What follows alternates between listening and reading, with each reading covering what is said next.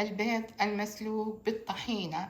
4 حبات بيض حجم كبير، أحط عليها ملعقة خل أو ملح على حسب الرغبة علشان لا يتكسر البيض أثناء سلقه. أغمره بالموية وبعدين أقوم أسلقه لغاية ما يستوي. وأحط ربع كاسة زيت القلي، أغسل البيض عليه وأحمره فيه كده.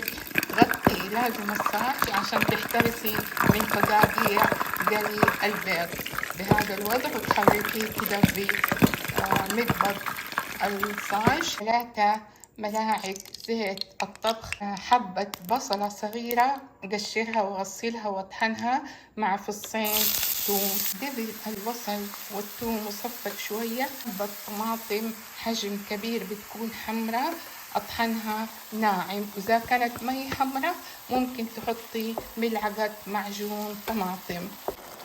وحطيت حبتين فلفل حار أحمر أو أخضر على حسب الموجود، وطحنته مع الطماطم.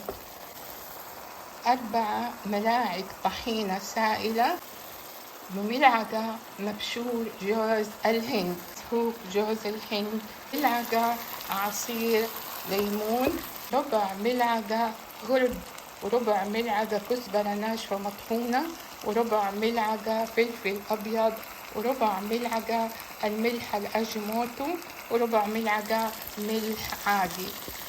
وأقلب الجميع. 4 الحبات البيض بهذا اللون وبهذا الشكل. نزلتها دحين أخليها شوية كده دقايق تتسبك مع الخلطة، وبعدين أشوف كيف تقديمها. كده قطعتها. هاخد البيض المسلوق مع الخلطة وأحطها هنا معاها. شوف ما شاء الله كيف البيضة محمرة بهذا التحميرة، وهنا خلطتها كمان تقيلة بهذا الوضع.